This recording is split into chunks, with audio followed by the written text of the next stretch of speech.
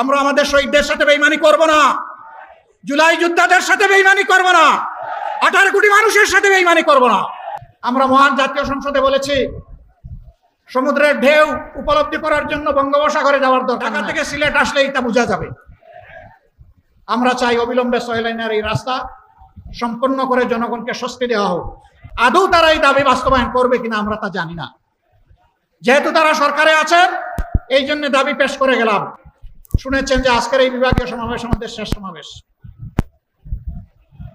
সারা বাংলাদেশ আমরা ঘুরেছি, মানুষের একই দাবি, গণভোটের গণরায় বাস্তবায়ন করতে হবে।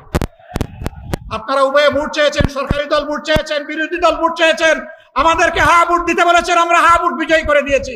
এখন আমাদের হা ভোটের বাস্তবায়ন দেখতে চাই। জনগণ পরিবর্তনের জন্য, সংস্কারের জন্য গণভোটে হা বলেছে, 70% মানুষ হা বলেছে। গণভোটকে আমরা অপমান করতে দেব না। ইনশাল্লাহ গণভোটের গণরায় বাস্তবায়ন করেই আমাদের আন্দোলন ইনশাল্লাহ সফলতার দ্বার প্রান্তে পৌঁছবে। বাংলাদেশে আমরা আর কোনো ফেসিবাদ চাই না। আমরা দুঃখের সাথে বলতে বাধ্য হচ্ছি, তারাও মজলুম ছিলেন। এখন যারা সরকার গঠন করেছেন, কিন্তু তারা ভুলে গেছেন সেই ফেসিবাদী আওয়ামী লীগের পথ ধরেই তারা হাঁটা শুরু করেছেন। হাসিনা তাড়িয়েছে, যদি ফেসিবাদ আপনারা কায়েম করেন, আপনাদেরকেও জনগণ তাড়াবে, আপনাদেরকেও ছেড়ে জনগণ কথা বলবে না। ভালোই ভালোই আপনারা মেনে নিন।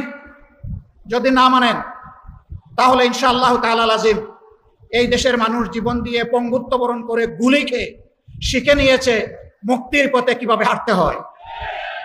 দেশ থেকে ফেসিবাদ, দেশ থেকে চাঁদাবাজ, দেশ থেকে দুর্নীতিবাজ, দেশ থেকে দুঃশাসন দূর না হওয়া পর্যন্ত আমাদের লড়াই তীব্র থেকে তীব্রতর হবে ইনশাআল্লাহ।